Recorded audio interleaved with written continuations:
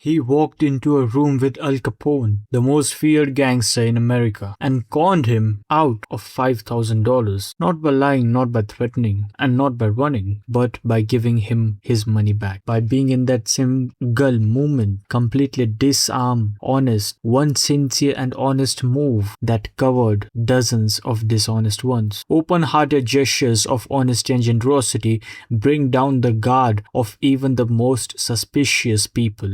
Once your selective honesty opens a hole in their armor, you can deceive and manipulate them at your will. The weapon isn't the lie, the weapon is the truth, used once at exactly the right movement, and that is Law 12. In 1926, a tall, dapperly dressed man paid a visit to Al Capone, the most feared gangster of his time. Speaking with an elegant continental accent, the man introduced himself as Count Victor Lustig. He promised that if Capone gave him $50,000, he could double it. Capone was not a man who trusted easily. He had built his empire on suspicion, on reading people, on knowing exactly when someone was lying to him, and making sure if they did, they would regret it. He looked Lustig over. Something about him was different. The composure, the confidence, the complete absence of desperation, and Capone handed over the $50,000.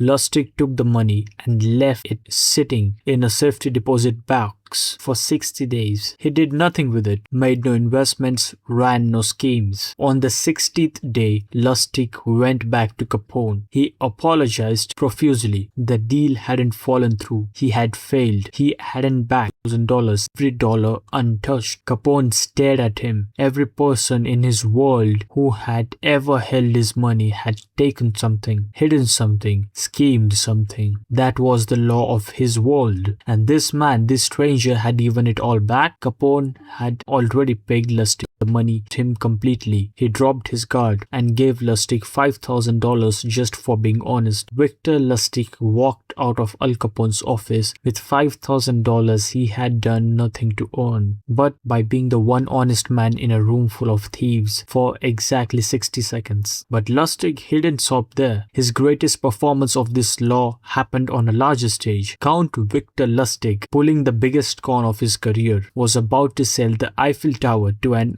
unsuspecting industrialist who believed the French government was auctioning it for scrap metal. The industrialist was prepared to hand over a huge sum of money. At the last minute, he grew suspicious. Something about Lustig bothered him. Lustig sensed that shift. He leaned forward, dropped his voice, and explained in a low whisper how low his government salary was, how difficult his finances were, how embarrassing it was to be in his position. And then he asked for something called bribe. The industrialist stopped. A corrupt government official asking for a bribe was the most believable, human, and most honest thing that had happened in the entire meeting. It fits perfectly with everything the man had already believed about how the world worked. His suspicion evaporated. He paid the bribe. He never received the Eiffel Tower. Lustig had used a confession of corruption, a moment of apparent honesty to complete the most audacious con in history. The essence of deception is distraction. An act of kindness, generosity, or honesty is often the most powerful form of distraction because it disarms suspicion completely. This is Law 12 of the 48 Laws of Power. Use selective honesty and generosity to disarm your victim. The ancient Chinese called this practice giving before you take. The gift distracts your victim while you do the talking. The gift can be anything: a physical present,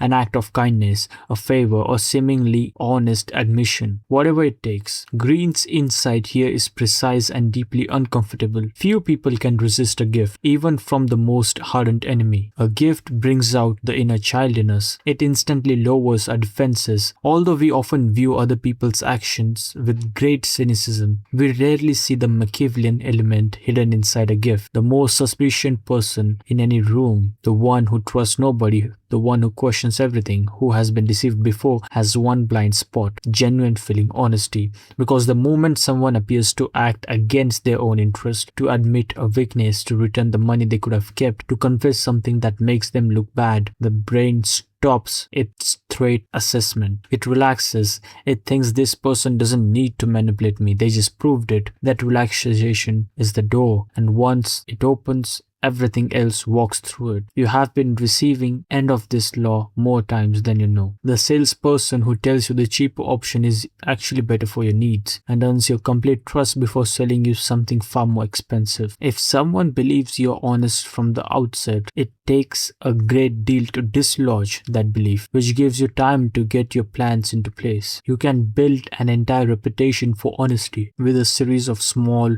well-timed acts. Lusty Con Capone, the most paranoid man in Chicago, with a single act of return money, one gesture, 60 seconds of apparent honesty, $5,000 in profit. The most powerful weapon in the arsenal of deception has always been the truth, deployed once at exactly the right movement. That was Law 12, tomorrow Law 13, about the single most reliable way to get anyone at all, to do exactly what you need them to do. Thank you.